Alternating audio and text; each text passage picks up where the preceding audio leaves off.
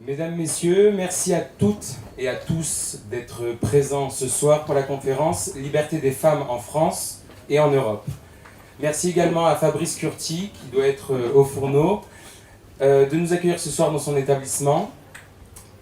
Vous allez maintenant entendre 4 intervenantes sur les libertés des femmes. Donc Alexandra Varoli, qui est ici, directrice de l'association musicienne Zoé. Puis à sa droite, Jala Kébé, qui est une chrétienne d'Orient. Ensuite, nous écouterons Alice Cordier, qui est présidente et porte-parole du collectif Némésis. Et bien évidemment, Julie Le Chanteux, députée français au Parlement européen. On peut les applaudir un peu plus quand même. Monsieur Darny, je vous souhaite une bonne conférence et je laisse la parole à Alexandra Varoli qui va ouvrir la conférence.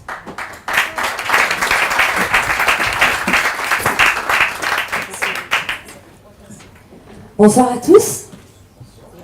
Bonsoir à tous.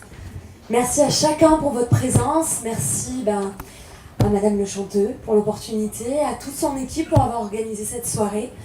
C'est vraiment un privilège de pouvoir partager quelques réflexions sur ce sujet qui nous tient à cœur et qui nous concerne tous. Le sujet des femmes et de leur liberté dans notre société d'aujourd'hui. Je vais d'abord commencer par me présenter un petit peu, présenter l'association Zoé, que je dirige maintenant depuis 3 ans. Donc je suis Alexandra Varoli, je suis mariée, je suis maman de 4 enfants.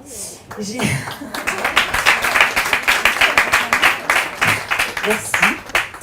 J'ai un parcours professionnel atypique. Et mon principal objectif dans l'association, c'est de trouver des solutions pertinentes aux difficultés que rencontrent la plupart des familles et de les mettre en œuvre. Donc depuis 2019, nous avons ouvert plusieurs structures. On a commencé par le biais de l'épicerie solidaire de Zoé, qui est située sur la commune de Saint-Raphaël. Et là, nous accompagnons les familles à sortir de situations difficiles, qui sont souvent ponctuelles, et à retrouver le chemin de la dignité et de l'estime de soi. Le dispositif est réfléchi de façon à éviter aux familles de tomber dans la précarité totale où il est difficile encore de sortir. Le choix parmi des produits de qualité, en quantité suffisante, diversifié, qui va des fruits et légumes jusqu'au rayon bio-vrac, en passant par le maquillage, des produits d'hygiène et d'entretien aussi pour la famille, permet aux familles de passer par-dessus l'épreuve sans tomber, sans sombrer. Nous proposons aussi un espace friperie avec un espace relooking qui est situé maintenant sur la commune de Fréjus. Nous l'avons déménagé au mois de juin. Et là, les personnes peuvent trouver de quoi se vêtir à moindre coût, tout en restant tendance, parce qu'on sélectionne quand même les produits aussi à l'intérieur de la friperie. Et l'espace relooking permet de rafraîchir avec une coupe, une couleur, et de restaurer aussi l'estime de soi. On a également un jardin partagé. Donc là, c'est le lieu du retour à la terre. Des moments de partage, des moments d'échange, de semences, etc. Et ça crée le lien social. Ça crée vraiment le lien social. C'est vraiment un bon moment pour partager et également, c'est des moments riches en émotions entre les personnes qui sont bénéficiaires des parcelles, mais aussi des bénéficiaires de l'association. Et du coup, ça permet vraiment des vrais échanges. On a aussi, et là c'est un projet qui voit le jour ce mois-ci, dans les semaines qui arrivent, nous ouvrons un café solidaire avec un espace coworking qui va s'ouvrir donc à la rue Grisol. Et là ce sera un lieu de vie et d'écoute et de partage. Donc c'est un café solidaire que nous ouvrons bientôt. Depuis le début de notre activité en 2019, nous avons accompagné 222 femmes en totalité. C'est des épouses, c'est des mères, c'est des filles, c'est des sœurs. Elles ont toutes un parcours différent. Elles ont tous des profils différents, mais elles ont souvent un parcours qui est semblable. Leur histoire, elle peut être la nôtre, elle peut être la vôtre. Une maladie, un divorce, la perte d'un travail, la perte d'un enfant, la perte d'un conjoint. Et souvent, les événements s'enchaînent et se suivent. Et là, l'accident de vie, c'est un accident de vie qui fait que la vie devient difficile à vivre, pour beaucoup. Il y en a d'autres qui... C'est la violence. C'est la violence qui les fait déménager le plus loin possible en essayant de ne pas laisser de traces, quittant tout du jour au lendemain et n'ayant plus de repères pour le bien de leur enfant ou pour sauver leur vie. Voilà le vécu de certaines de nos bénéficiaires que nous rencontrons chaque semaine. Alors, quoi répondre? Quoi dire? Quoi faire? Nous, au quotidien, au sein de l'association. Le principal, en tout cas pour le début, c'est d'être là, c'est de soutenir, c'est d'aider, c'est d'aimer, c'est d'accompagner dans ce processus de changement. Non pas juste afin de maintenir la tête hors de l'eau, mais d'accompagner afin que ces femmes choisissent la manière dont elles traverseront le moment difficile. S'élever au-dessus des circonstances ou décider de se laisser aspirer vers le bas. Choisir d'être libre ou esclave de ses peurs et de ses échecs. Nous essayons de leur amener des clés. Et au fur et à mesure des rencontres, pour que la vie reprenne, pour que l'espoir renaisse dans leur cœur et dans leur vie, afin qu'elles comprennent, premièrement, qu'elles peuvent toutes avoir une vie significative, remplie et joyeuse, malgré les circonstances de la vie, que la douleur n'est pas un guet-apens, et que c'est plutôt le fait de croire qu'il n'y a aucune issue qui est une tromperie. Qu'à chaque étape de leur vie, elles abandonnent certaines choses, mais que ce faisant, elles en gagnent d'autres. Qu'une partie de leur identité est rattachée à ce qu'elles font, effectivement. Mais cela ne détermine pas qui elles sont. Qu'elles ne contrôlent pas leur destinée, mais qu'elles peuvent y participer activement. Que le bonheur n'est pas là de bâtir une vie aseptisée de problèmes, mais plutôt de réagir face à l'adversité. Alors, avec nos équipes, c'est vrai, que nous réfléchissons aux moyens concrets à mettre en place pour que ces femmes soient libres d'être qui elles sont. Cela prendra du temps, de l'énergie, de l'argent, c'est sûr, mais la liberté n'a pas de prix. Zoé,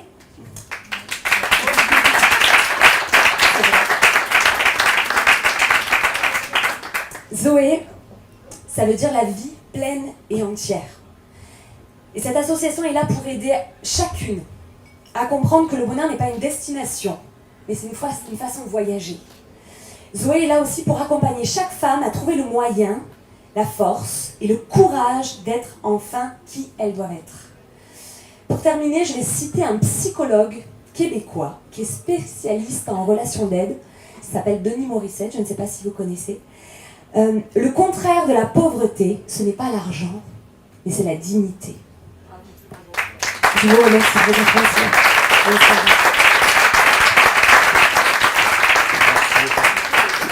Merci beaucoup Alexandra.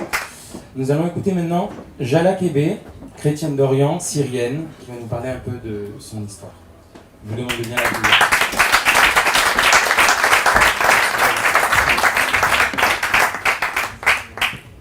Bonsoir, je m'appelle Jala Kébé, j'ai 29 ans, je viens d'Alep. Je suis une catholique d'Alep. Pourquoi je parle de ma religion? Parce que cette information est importante pour mieux comprendre mon témoignage. Avant de commencer, je tiens à remercier Madame le député, Julie Le Chanteux, ainsi que ses assistants qui m'ont invité à venir parler à cette conférence. En fait, je vais vous expliquer ce que vit une chrétienne née dans les années 80-90 à Alep et comment notre société, pourtant connue d'être ouverte d'esprit, ne l'est finalement pas tant que ça. Je suis née dans ce qu'on peut dire une bonne famille, ce qui m'a donné accès à une école catholique privée mixte. Au collège, on avait un cours imposé par l'éducation nationale où on était séparés, garçons et filles. Nous, on nous apprenait la couture, des recettes de cuisine. Eux, des choses comme la menuiserie ou des choses de la sorte. En fait, comme si indirectement, on nous disait que la place de la femme est à la cuisine et celle de l'homme est au métier qui demande plus d'efforts. Ils ont visiblement oublié que la plupart des couturiers et chefs sont des hommes. Mais bon. Ce n'est qu'un détail. Moi, j'ai eu mon bac S en 2010. Là, la société commence à nous dire qu'en tant que femme, il ne faut pas faire certaines études. Ne fais pas des études de médecine, car cela prendra de nombreuses années. Ne fais pas des études d'ingénieur ou d'informatique, car à la fac, ce sont que des hommes et tu ne seras pas à l'aise. Fais plutôt des études de littérature, de pharmacie. Bref, fais des études féminines, comme s'il y a des études spéciales pour les femmes et d'autres spéciales pour les hommes. Mais bon, ce n'est qu'un détail. Bizarrement, les métiers de vendeuse, présentatrice de télé, pharmacienne, infirmière sont des femmes. Visiblement, nous, femmes, on a un vrai charisme là-dessus, surtout quand on est face aux clients.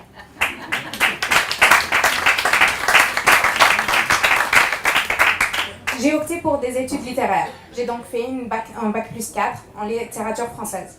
Je pense que vous ne serez pas surpris si je vous dis qu'on était 97% de femmes.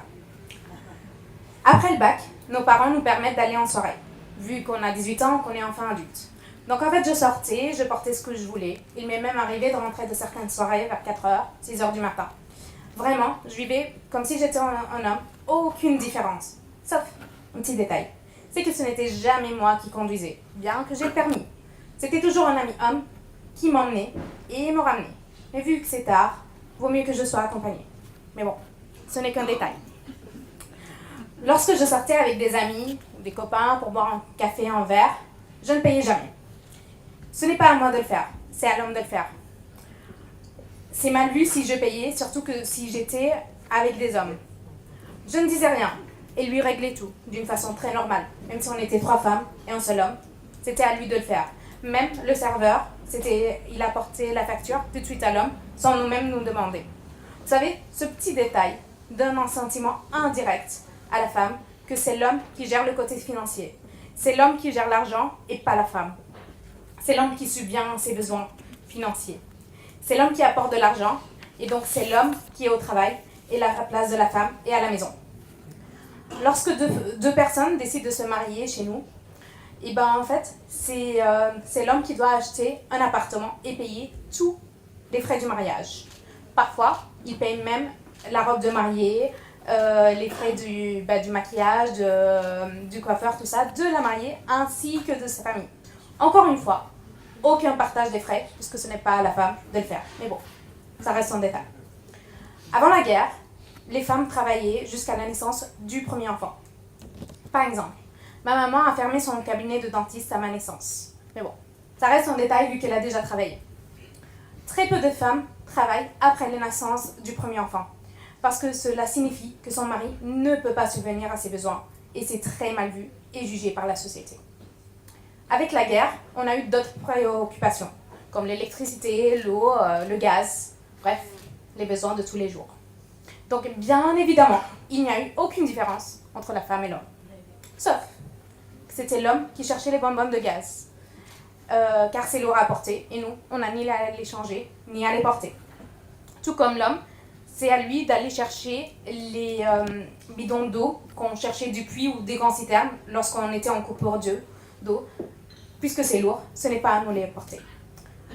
Mais, après la victoire de la bataille d'Alep, les femmes ont enfin commencé à aller faire la queue pour essayer d'avoir d'essence. Elles ont même commencé à aller payer les factures d'électricité et d'eau, puisque l'homme fait la queue pour avoir d'eau ou le gaz. Mais avant, c'était à l'homme, le mari ou le fils aîné, d'aller payer ça. Avec la guerre, on ne peut plus porter comme avant. Sauf si un ami homme vient nous chercher pour nous emmener en voiture et nous ramener en voiture. Mais ça reste un petit détail. Aujourd'hui, de plus en plus de femmes travaillent à cause des sanctions économiques sur la Syrie qui ont fait baisser la monnaie et élever les prix. Mais cela reste très mal vu et très jugé, surtout si elle a des enfants en bas âge. Les filles sont encore de plus en plus entourées par ses amis Superman, puisqu'on ne se sent plus en sécurité avec le changement, le déplacement de population qui a eu lieu avec la guerre. Mais bon, ce détail est pour notre bien. Lorsque j'ai voulu venir continuer mes études en France, plusieurs amis de mes parents leur ont demandé plutôt, comment est-ce que vous allez laisser partir votre fille seule? Ça ne se fait pas qu'une fille parte étudier seule, surtout qu'elle n'a pas de famille en France. Vous savez, Aujourd'hui, j'ai des amis qui attendent encore que leur jeune frère termine leur licence pour qu'elle puisse partir à l'étranger et continuer ses études avec lui. Moi, j'ai un petit frère. Aujourd'hui, mon petit frère, il a 14 ans. Il est en seconde, à Alep. Donc, vous imaginez si mes parents étaient de cette mentalité-là et qu'il a fallu attendre que mon frère finisse son bac, qu'il fasse une licence et qu'il se décide de venir peut-être en France ou je ne sais pas où, pour que je puisse aller avec lui. Vous imaginez si mon avenir dépendait de mon petit frère. Lors de mon premier CDI en France, j'avais déjà eu 2 CDD auparavant, mon coloc, qui était aussi d'Alep, m'a dit une phrase que je n'oublierai jamais. Tes parents n'ont plus d'argent pour te laisser travailler en France. Comment dire, c'est grâce à ce CDI où 2 ans après, j'ai réussi à avoir un autre CDI dans le même domaine. Et j'ai réussi à changer mon titre de séjour de statut étudiant au statut salarié, ce que lui n'a pas réussi à faire.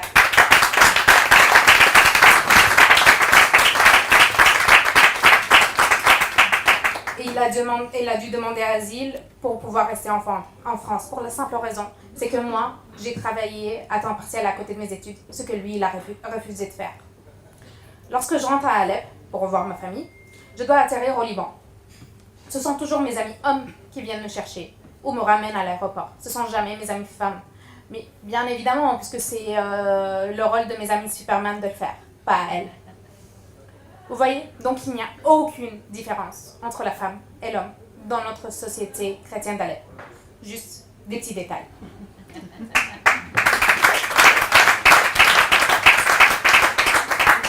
Vous allez me dire, tu te plains de la galanterie des hommes. Non, ce n'est pas de la galanterie. C'est une obligation. La société d'Alep oblige les hommes à le faire, sinon ils seront jugés de ne pas l'avoir fait. Lorsqu'un homme paye au café pour la ou les femmes, c'est juste pour son ego et pour montrer qu'il peut le faire alors que d'autres hommes ne le peuvent pas. Ce n'est pas normal que des jeunes entre 18 et 20 ans qui ne travaillent pas, qui prennent encore leur argent de leurs parents, qu'ils payent pour leurs amis, filles, juste parce que eux ce sont des hommes et elles ce sont des filles. C'est injuste pour les hommes, tout comme pour les femmes.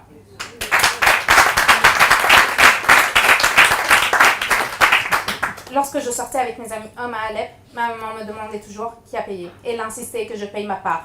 Elle m'a toujours dit que ce n'est pas aux parents des autres, de X et Y, de payer ma part, mais bien mes parents de le faire. Ici en France, ce n'est pas pareil. Lorsqu'un homme m'invite au restaurant, c'est parce qu'il a envie, et pas parce qu'il y a une obligation ou un devoir, comme c'est le cas à Alep. Cela me réjouit, contrairement à Alep, où cela me met très mal à l'aise. Lorsque parfois certains Français m'ont ramené chez moi parce qu'il était tard ou il pleuvait des cordes et qu'il n'y avait plus de métro, eh bien cela me touche, car ils peuvent très bien me dire de rentrer en Uber ou en bus de nuit. Dans le passé, il y a eu de telles choses ici en France, et heureusement qu'il y a eu beaucoup de choses ont changé. Aujourd'hui, les femmes ont plus de liberté que leur grand-mère. Mais combien de détails restent à nos jours en mode normal et en mode détail, que ce soit en France ou même en Syrie? Combien de détails qui consistent la place de la femme, et le travail, les études supérieures, la vie à l'étranger, la mère célibataire avec des enfants, sont encore en mode détail. C'est normal. Ce n'est pas un combat entre la femme et l'homme. Nous ne sommes pas en guerre contre vous, messieurs. Nous vous aimons et nous vous respectons. C'est évidemment qu'il y a eu des progrès, mais il en faudra davantage pour que cette égalité soit pertinente. Oui, bien sûr, certains détails ont disparu de la vie en France, mais malheureusement, les bons détails aussi, comme la vraie galanterie ou la défense de la femme.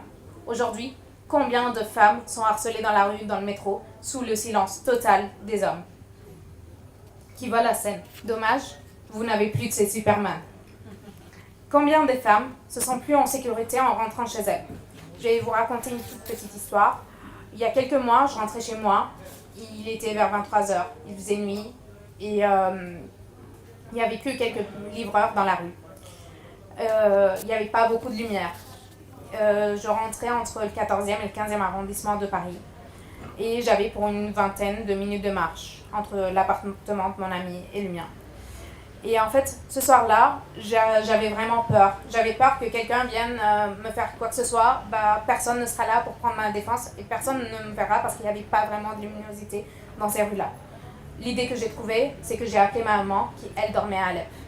Ma maman m'a accompagnée tout au long du chemin au téléphone. Elle notait tous les noms des rues que je lui disais parce que j'ai eu peur de mettre ma localisation et que s'il m'arrive quelque chose, qu'elle perde toutes les informations. Oui, j'ai eu très peur ce soir-là, au point d'appeler ma maman et de la réveiller, elle qui dormait à Alep.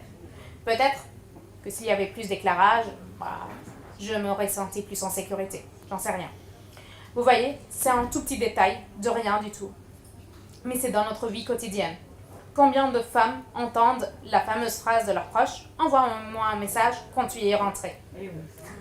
Nous sommes habitués à ça. Mais imaginez si moi aujourd'hui j'envoie ce message-là à un homme « Envoie-moi un message quand tu es rentré ». Donc, il y a beaucoup de ce genre de détails dans nos quotidiens. Je vous laisse réfléchir à ces détails de votre vie quotidienne. Ces détails invisibles tellement on y est habitué. Quels sont les détails qui ont disparu et que vous regrettez qu'ils aient disparu? Et quels sont les détails que vous souhaiterez qu'ils disparaissent? Quels sont les détails tout bêtes que vous souhaiterez que cela s'améliore, comme l'exemple de la luminosité que j'ai évoqué? Eh bien aujourd'hui, c'est à vous d'agir. Merci.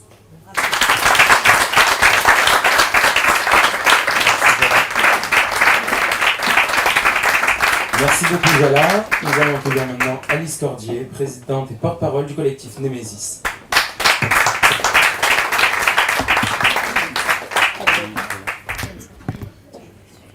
Bonsoir à tous et merci d'être là. Merci à Julie Le Chanteux de m'accueillir ce soir. Alors moi, quand on m'a demandé de parler de la liberté et des libertés des femmes, j'ai voulu commencer par un petit hommage à l'Occident, à la France, que je vais faire de suite. C'est en effet au sein de la civilisation européenne que les femmes ont eu la possibilité d'atteindre en première l'égalité des droits et un respect à leur égard qu'aucune autre culture ne peut se prévaloir. Il n'y a qu'en France qu'on voit une Christine de Pisan rédiger dès la fin du XIVe siècle des écrits sur l'égalité des droits. Il n'y a qu'en France qu'en 1430, une Jeanne d'Arc s'octroie la liberté de s'habiller comme un homme et de venir délivrer la France d'assaillants au péril de sa vie. Il n'y a qu'en France qu'on verra des Blanches de Castille, des Anne de Bretagne, des Marie de Médicis, une comtesse de Ségur, des Olympe de Gauche influencer culturellement et socialement notre pays à point de le rendre le plus beau possible. Au point parfois aussi de se demander si ce ne sont pas elles finalement qui gouvernaient. Il n'y a qu'en France qu'on verra des Marguerite de Witt organiser des votes factices en plein cœur de Paris et contrer l'extrême gauche pour que les femmes aient les mêmes accès que les hommes en termes d'outils démocratiques. Il n'y a qu'en France qu'on verra des Marie Curie faire bondir les avancées médicales, dont on en a tant besoin aujourd'hui, n'est-ce pas, en y consacrant sa vie. La liste des femmes ayant marqué notre beau pays est évidemment nombreuse, donc je m'arrêterai là, mais il était important pour moi de rappeler que l'Occident, l'Europe et la France est le berceau de l'épanouissement des femmes.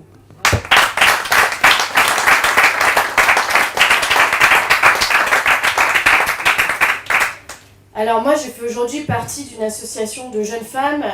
Nous dénonçons les violences faites aux femmes en France. J'aurai l'occasion de vous en parler un petit peu après.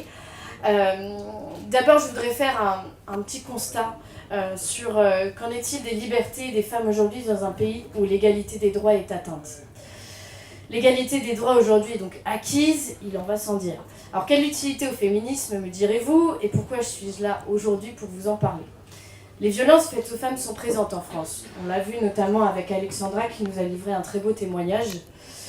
Violences conjugales, violences familiales, violences sociétales, inégalité encore à l'embauche ou encore abus sexuels lors de soirées étudiantes. Nous avons tous entendu parler de cela dans notre entourage. Aujourd'hui, la police est de mieux en mieux formée pour accompagner les victimes d'agressions sexuelles, bien que malheureusement, 1/10 des plaintes aboutit. Aujourd'hui, il existe énormément de campagnes, notamment pour sensibiliser les jeunes par rapport au traitement des femmes en France. Et je crois qu'on a une belle jeunesse aujourd'hui qui est dans le respect des corps. Il en va de même dans le harcèlement de rue. On a Marlène Schiappa qui nous parle, n'est-ce pas, des quartiers sans relou. Qui n'en reste pas moins que le harcèlement de rue n'est pas vraiment pénalisé, contrairement à ce qu'on voudrait nous faire croire, puisqu'il faut que l'agresseur soit pris en flagrant délit. Il est évident qu'un harceleur ne va pas le faire devant un camion CRS, on s'en doute tous.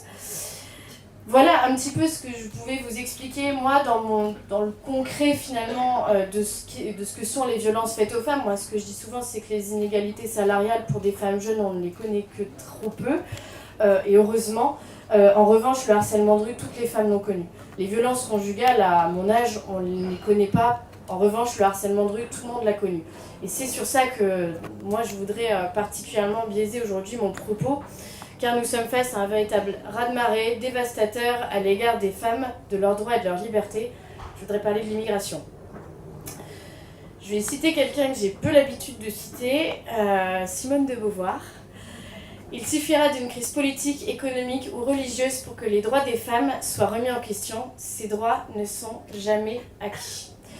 Aujourd'hui, notre culture permet certes l'épanouissement de la femme en France, mais aujourd'hui, d'autres cultures arrivent en France, ou d'ailleurs ils sont déjà présentes, et ce sont elles qui impactent précisément la liberté des femmes, leurs droits et leur sécurité. Démonstration. Je sais qu'il n'existe pas de statistiques ethniques aujourd'hui en France, mais nous en avons dans nos pays voisins. Tenez-vous bien, restez assis. En Allemagne, en 2016, les chiffres de l'Office fédéral de la police criminelle. Il y a 875 viols pour 1 million de migrants, 54 viols pour 1 million de personnes de nationalité allemande. Finlande 2017, statistiques de la police finlandaise. Le taux pour 10 000 agressions sexuelles est de 138 pour des personnes originaires d'Afghanistan, 133 pour des personnes originaires d'Irak, 41 pour les personnes originaires de Syrie et 3 pour les Finlandais.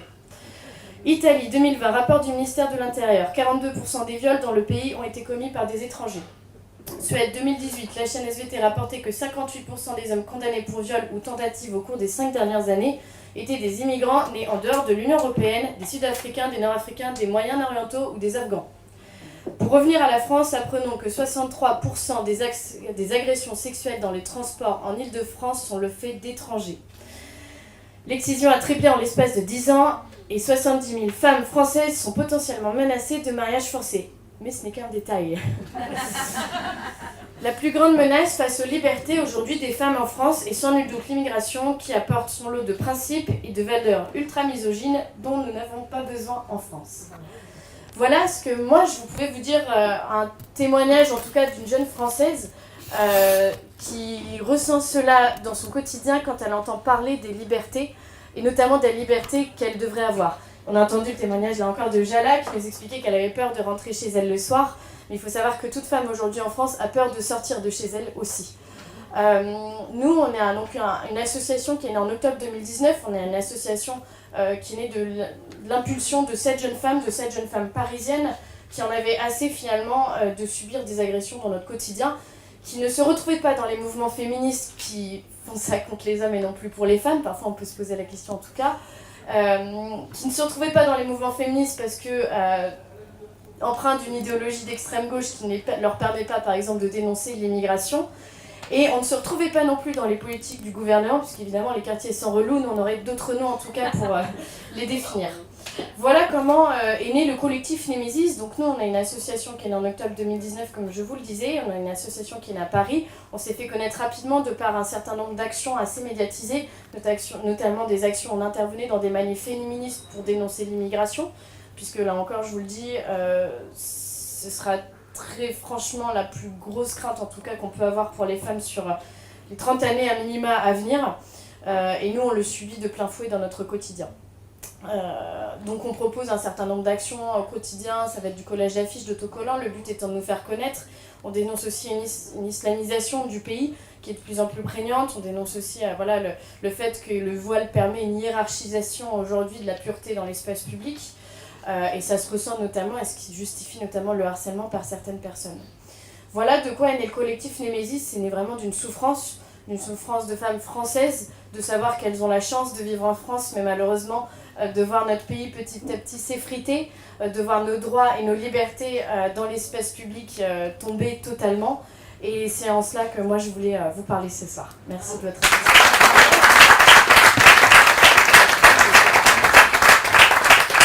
Merci beaucoup Alice. Nous allons clôturer cette conférence avec Julie Le Chanteux, députée français au Parlement européen, pour ceux qui ne la connaissent pas.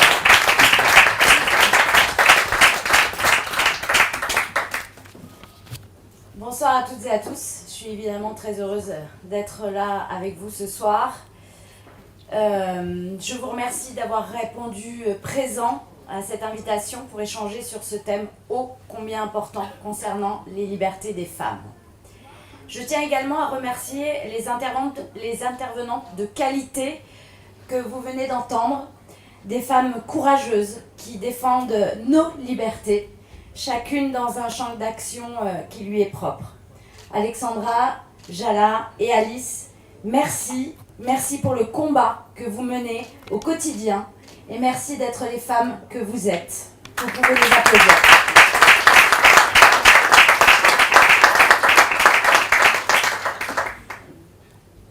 Près de 100 000 femmes violées chaque année en France.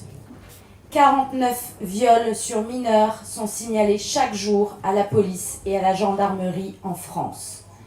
125 000 excisions par an en France, presque 200 000 par an en Europe. 60% des agressions sexuelles sont le fait d'étrangers dans les transports en commun d'Île-de-France. Alice le disait tout à l'heure. 52% des viols commis à Paris l'ont été par des étrangers. 50% des femmes interrogées par une étude IFOP affirment avoir déjà été victimes d'insultes à caractère sexiste. 43% d'attouchements sexuels. 12% d'entre elles disent avoir été victimes de viols et seuls 15% de ces victimes portent plainte. Il y a eu plus 60% d'appels en urgence de la part de femmes victimes de violences conjugales pendant la crise sanitaire en Europe. 7 femmes par jour meurent sous les coups de leurs partenaires en Europe. La majorité des 4 milliards de personnes qui ne bénéficient d'aucune protection sociale sont des femmes, sont des filles. Et oui, en 2021, le monde maltraite encore une moitié de l'humanité. Dans le pire des cas, cette moitié de l'humanité est vendue, mariée de force, mutilée, violée, enfermée, chosifiée. Aucun pays en Europe et dans le monde ne lui garantit dans les faits l'égalité parfaite. Même dans le meilleur des cas, cette moitié de l'humanité sera moins bien payée, chargée davantage des corvées ménagères, davantage harcelée sur les réseaux sociaux, discréditée. Être féministe, c'est trouver intolérable pour les filles des autres ce que l'on ne tolérerait pas pour nos propres filles.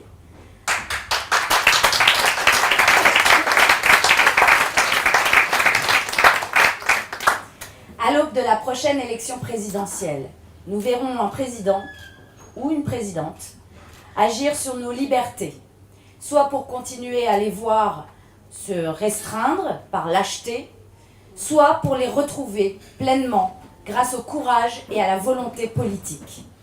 Je ne vais pas vous parler ici de néo-féministes pour qui le mâle blanc hétérosexuel est l'ennemi numéro 1 à abattre.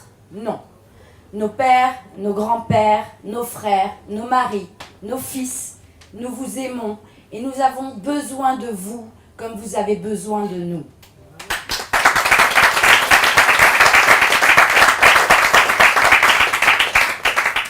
Ces pseudo-féministes sont des fascistes qui ne luttent pas pour la cause féminine, mais pour une idéologie qui détruit notre structure familiale traditionnelle. Elles détruisent l'image de la femme et ne luttent pas pour des droits, mais pour des places.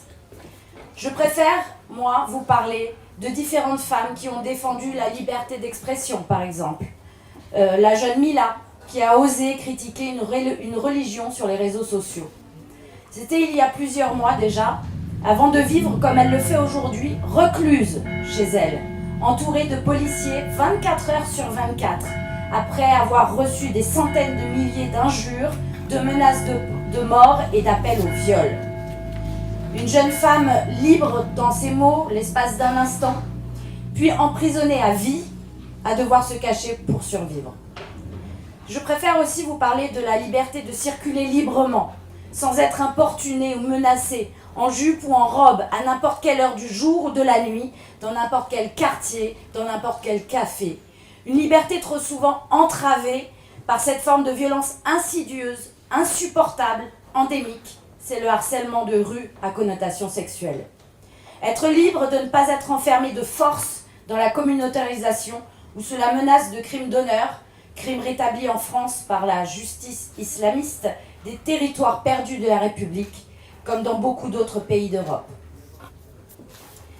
Être libre et surtout digne de ne pas seulement occuper la case fait divers quand on se fait violer, battre pour avoir porté plainte, puis poignarder et brûler par des barbares au mental d'un autre âge, comme l'a vécu récemment la jeune Shaina. Un drame parmi tant d'autres qui témoignent de l'état dans lequel se trouve notre pays, dans lequel se trouve l'Europe.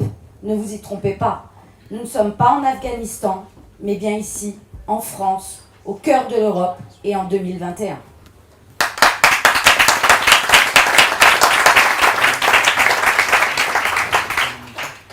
La liberté, c'est aussi celle de pouvoir se loger décemment. Combien de femmes attendent un logement social à la suite de difficultés de vie? On en parlait tout à l'heure. Un divorce ou une séparation difficile, des violences conjugales lorsqu'elles arrivent à quitter leur conjoint, lorsqu'elles s'en sortent vivantes, ce qui n'est pas toujours le cas. Cela peut être à la suite de difficultés professionnelles aussi, la perte d'un emploi ou la mise à temps partiel, dont les femmes occupent 80% des postes, pour des raisons que vous connaissez. D'ailleurs, Brigitte Lancine, bonsoir Brigitte, qui est ici présente ce soir parmi nous, elle est adjointe au maire de Fréjus et en charge du logement. Je sais qu'elle peut témoigner et confirmer mes propos. Tout à fait.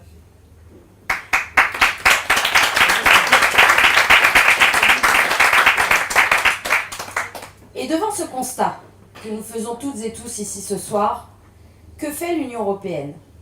Rien. Ou rien de bien en tout cas.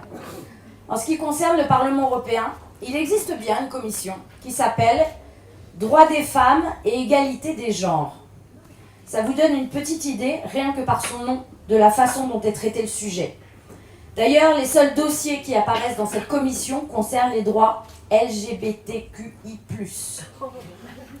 Donc, pour l'Union européenne, les libertés des femmes se résument aux théories fumeuses de genre. C'est absolument honteux. Comme si le sujet n'avait pas suffisamment d'intérêt pour être traité de manière autonome. En parallèle, l'Union européenne a la volonté affirmée de rapatrier en Europe les femmes parties faire le djihad, comme l'a annoncé l'Allemagne le 7 octobre dernier, en rapatriant 8 femmes qui avaient rallié l'organisation État islamique en Syrie. Vous avez en somme le choix entre des islamistes aux idées moyenâgeuses et barbares, ou des personnes, je cite, non genrées ayant un attribut sexuel de naissance de type femelle, mais non caractéristique de la personnalité. Bref, un véritable cauchemar. Néanmoins, derrière ce brouillard assourdissant d'ineptie se trouve l'espoir. En Islande, par exemple, depuis les élections législatives du 25 septembre dernier, une majorité de femmes compose le Parlement. C'est une première en Europe. Et qui mieux qu'une femme peut défendre les libertés des femmes?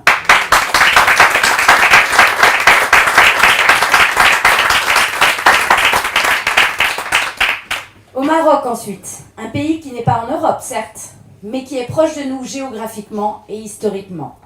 Eh bien, 7 femmes ministres viennent de rentrer au gouvernement. C'est déjà une belle avancée.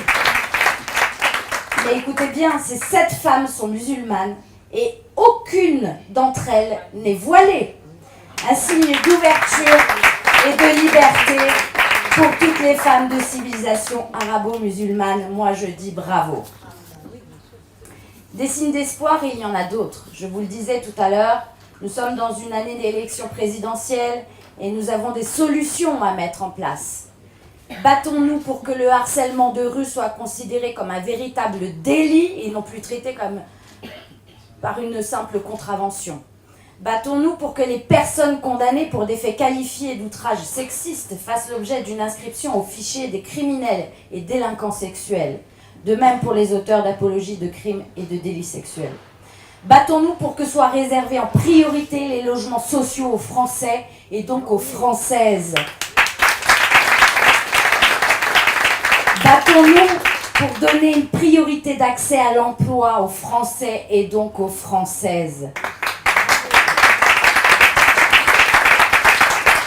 Bref, Bref, une série de mesures assorties de moyens financiers et humains afin d'enrayer le déclassement de nos compatriotes et plus particulièrement de nos compatriotes féminines. Ailleurs en Europe, des mesures ont été prises. En Italie, par exemple, avec notre allié Matteo Salvini. Lorsqu'il était au gouvernement, il a fait introduire dans le code pénal 4 nouveaux délits. Par la loi numéro 69 du 19 juillet 2019, plus connue sous le nom de Code rouge. Vous rendez-vous compte, il aura fallu quand même attendre le 19 juillet 2019 pour que soit inscrit comme délit en 1 le revenge porn, une pratique qui consiste à se venger d'une personne en rendant public des contenus à caractère sexuellement explicite, réalisés avec ou sans son accord, un phénomène de plus en plus répandu malheureusement avec l'avènement des réseaux sociaux. En 2, le délit de déformation de l'aspect de la personne. Ce sont les attaques à l'acide, par exemple, de plus en plus courantes dans les cités. En 3, le mariage forcé, y compris lorsqu'il est commis à l'étranger. Une coutume étrangère importée en Europe depuis un certain nombre d'années. Et enfin, en 4, la violation des mesures d'éloignement par un conjoint violent. Au niveau de la procédure, le Code rouge prévoit également des peines de prison plus lourdes et des procédures accélérées. Les victimes de violences conjugales doivent être entendues par les magistrats dans un délai de 3 jours après avoir déposé plainte. Cette loi Code rouge est donc bien l'illustration qu'il est possible d'agir. Il suffit juste de courage et de volonté politique pour mettre en œuvre un arsenal juridique qui défend les libertés des femmes.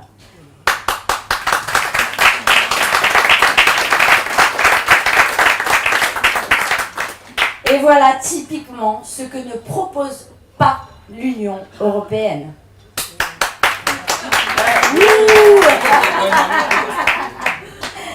Quant à nous en France, je sais qu'Alice l'a cité tout à l'heure, mais on va en remettre une couche. On a Marlène Schiappa, ancienne ministre déléguée donc chargée de l'égalité entre les femmes et les hommes et de la lutte contre les discriminations, un bien beau titre quand on sait qu'elle préfère faire des TikTok absurdes. Et nous avons aussi les déclarations. Alors là, j'avais une longue liste, j'avais le choix, je ne savais plus quoi choisir tellement il y avait d'ineptie. Donc là, j'ai choisi les déclarations de Caroline de Haas. Celle, par exemple, accrochez-vous bien, d'élargir les trottoirs pour faire face au harcèlement de rue dont étaient victimes les femmes à Paris. Non mais, ouais, c'est à marcher sur la tête. C'est la même Caroline de Haas qui se dit militante féministe, ça qu'on aime tant, qui a préféré créer un business très très lucratif sur le sujet en donnant des leçons aux entreprises privées. En clair, elle menace de jeter l'opprobre sur une entreprise tout en réclamant une dîme, c'est vraiment du racket. Aujourd'hui, le féminisme, c'est malheureusement ça aussi.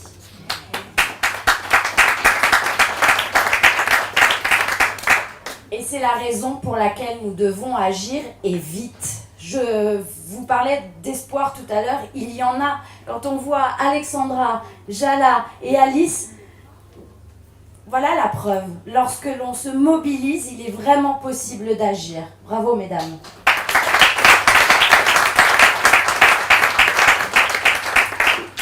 Je vais parler un petit peu de moi. Pour ceux qui ne le savent pas, je me suis engagée en politique en 2013. J'ai rejoint l'équipe de David Rachlin, qui est maire de Fréjus, à l'occasion de la campagne pour les élections municipales. Je partageais déjà, c'est vrai, les idées du Rassemblement national. Néanmoins, il m'a fallu un déclic pour passer des idées à l'action. J'étais à l'époque une jeune maman avec un enfant en bas âge. Bon, je suis un peu plus âgée et maintenant il est très grand. Je travaillais, mais je touchais un salaire vraiment modeste, comme de très nombreux Français. Les fins de mois étaient donc vraiment compliquées. J'ai alors fait une demande de logement social à la mairie de Fréjus de l'époque, tenue par un maire de droite. Je tenais à le souligner. Au bout de 3 ans, j'ai obtenu un rendez-vous de force. De force parce qu'au bout de 3 ans, imaginez bien que j'avais tapé à la porte plusieurs fois sans réponse. Pour demander des explications à cela. Et on m'a répondu, mais enfin, Madame le Chanteux, vous n'avez pas un nom à consonance étrangère. Vous n'avez pas 4 enfants, vous n'êtes donc pas prioritaire. Je peux vous dire que cette réponse m'a frappée et m'a marquée très profondément. Vous pouvez aisément imaginer toute l'injustice que j'ai pu ressentir, toute la colère, tout le désarroi de ne pas être soutenue et de ne plus me sentir chez moi, en France. Je sais malheureusement que c'est le quotidien de centaines de milliers de Français. Eh bien, c'est cet événement qui a été pour moi la goutte d'eau faisant déborder le vase. C'est cet événement qui a provoqué en moi le déclic de vouloir m'engager et de vouloir agir pour combattre l'injustice et pour que les choses changent enfin. Le temps est passé depuis, mais une chose n'a pas changé. C'est que je ne cesse de dénoncer ce qui m'apparaît être injuste. Je ne cesse de lutter et de combattre pour que nos droits et nos libertés soient respectés, pour que notre voix soit entendue.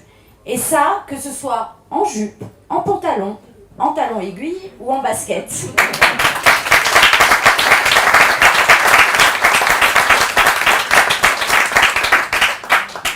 Certaines personnes présentes ce soir dans la salle me connaissent depuis de nombreuses années, n'est-ce pas Laurent ? 30 ans.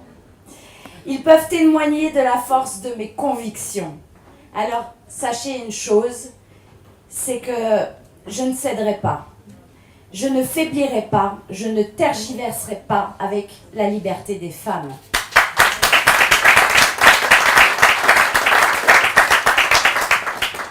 Les femmes qui vivent ces tragédies d'évitement permanentes dont on parlait tout à l'heure, elles intériorisent soit leur révolte, soit leur résignation. Nous ne devons plus supporter cela. Nous rétablirons la liberté des femmes et des jeunes filles de circuler sans être importunées ou menacées. En Europe, mais aussi dans l'histoire de France, la femme a toujours eu sa place, en complémentarité des hommes qui ne sont pas nos ennemis et qui doivent plus que jamais aujourd'hui être nos alliés. Nous les femmes, nous sommes vos mamans, vos sœurs, vos filles, vos cousines, vos nièces, mais nous sommes aussi des chefs d'entreprise, des chefs de partis politiques, des médecins, des avocats, des entrepreneurs, des artisans, des commerçants, des mères au foyer. Et c'est pourquoi nous devons être libres. Libres d'agir, libres d'être en sécurité, libres d'entreprendre, libres d'apprendre. Et libres de faire tout cela, je le répète, mais c'est important, en jupe et en talons si cela nous chante.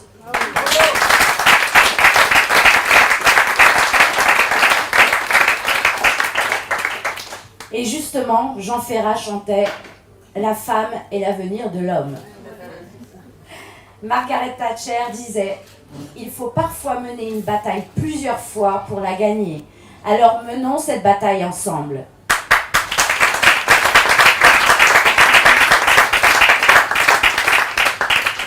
Enfin, je voudrais dire un dernier mot pour clore cette conférence avant de passer aux questions et aux échanges fructueux, je l'espère. La crise de la Covid-19 a révélé la précarité des personnes qui étaient pourtant en première ligne de front. Celles qui étaient essentielles pour maintenir notre pays à flot et pour qui il était impossible de télétravailler. Parmi ces personnes se trouvaient de nombreuses femmes, des hôtesses de caisse, des femmes chauffeurs routiers, des pharmaciennes et sans oublier bien sûr les infirmières. Ces femmes ont affronté une situation inédite, une pandémie mondiale sans armes, sans masques, sans moyens de protection et surtout sans la reconnaissance qu'elles méritent. Emmanuel Macron leur avait promis un réajustement salarial, quoi qu'il en coûte. Mais une fois encore, la promesse n'a pas été tenue. Je veux rendre hommage à ces femmes comme à ces hommes qui ont eu le courage de tenir, de résister, de rester à leur poste avec tous les risques que cela comportait. Attaqués de l'extérieur par un virus inconnu, mais aussi attaqués de l'intérieur par une gestion de crise calamiteuse et mensongère de la part d'un gouvernement aux abois, et d'une Union européenne qui a fait son gras en magouillant avec les lobbies pharmaceutiques, contrat auquel nous n'avons évidemment jamais eu accès, même en tant que parlementaires. Malgré tout cela, ces femmes et ces hommes sont restés debout. Aujourd'hui, c'est nous qui avons le devoir impérieux de rester debout. C'est à nous qu'il appartient de porter la voix de celles qui souffrent en silence, mais qui résistent, qui attendent que la lueur d'espoir se transforme en une véritable énergie au service d'une action commune pour nos libertés.